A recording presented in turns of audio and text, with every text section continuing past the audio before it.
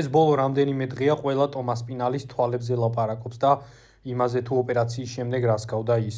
გაინტერესებთ UFC-ს რეაგირება ამ ყველაფრის შესახებ? წესით ესეთ რთულ მომენტში UFC თავის heavyweight-ის ჩემპიონს გვერდში უნდა დაუდგეს და უნდა შეეცადეს რომ გაამხნეოს და გაუწიოს დახმარება თუ რამით შეუძლია, ხო? მაგრამ ჰოის საოცრებავ, UFC-ს ხომ მხოლოდ თავისი ფავორიტები ყავს და რაღაც სხვადასხვა მიზეზების გამო, რაც ზუსტად ჩვენ არც კი ვიცით, ისინი აფავორიტებენ ზოგ მებრძოლს და ფუშავენ, ან კიდე ამოიჩემებენ და ასაზიზღრებენ.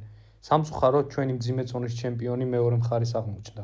მოკლედ, ბევრი რო აღარ ვილაპარაკო, UFC ტომას პინალს დაუკავშირდა და თხოვა რომ თავისი კამარი ვაკანტური გაეხადა. ეს იყო მათი რეაქცია, როცა ნახეს თუ რა დღეში იყო ტომას პინალის თვალები. ის კი არა რომ მოეკითხათ და ეთქვათ, როდის გამოჯამთელდები და რამე დახმარება ხო არ გჭირდებაო. პირდაპირ ადგნენ და მოთხოვეს კამრის გავაკანტურება, რადგან მიხვდნენ რომ კიდევ დიდი ხანი ვერ მოახერხებს ტომი ჩხუბს ესეთი თვალებით. ტომას პინალი კი ადგა და პირდაპირ უთხრა UFC-ს რომ იგი გაენთავისუფლებინათ ორგანიზაციიდან, რადგან ის თავისინებით არ ადგებოდა და კამარს ვაკანტურს არ გახდიდა. ეს არის ძალიან მტკიცე და ძალიან მაგარი პასუხი ტომას პინალისგან და მან ამ ხასიათით გამოაჩინა თუ რატომ არის ნამდვილი ჩემპიონი. ჯერ ხო კაცი ვაკანტურ კამრამდე ძლივს მიუშვეს, ხო მოიგო ის კამარი. მერე დაიცვა. UFC-ს ისტორიის მსგავსი არაფერი არ ახსოვს, რომ ვინმეს ვაკანტური კამარი დაეცვას. კაი, მაგას თავი გავანებოთ.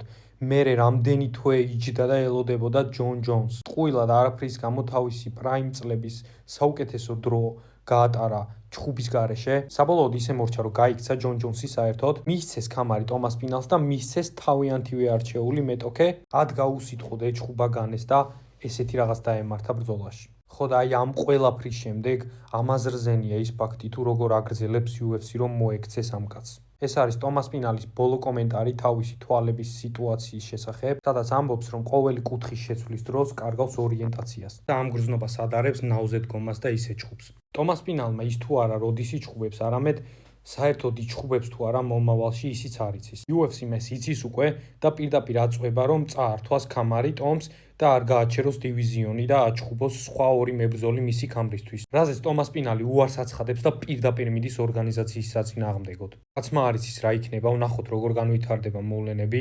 მე მაგრა უბალეში გობ ამ კაცს და დავაიტო მიაწიქი მაგათი და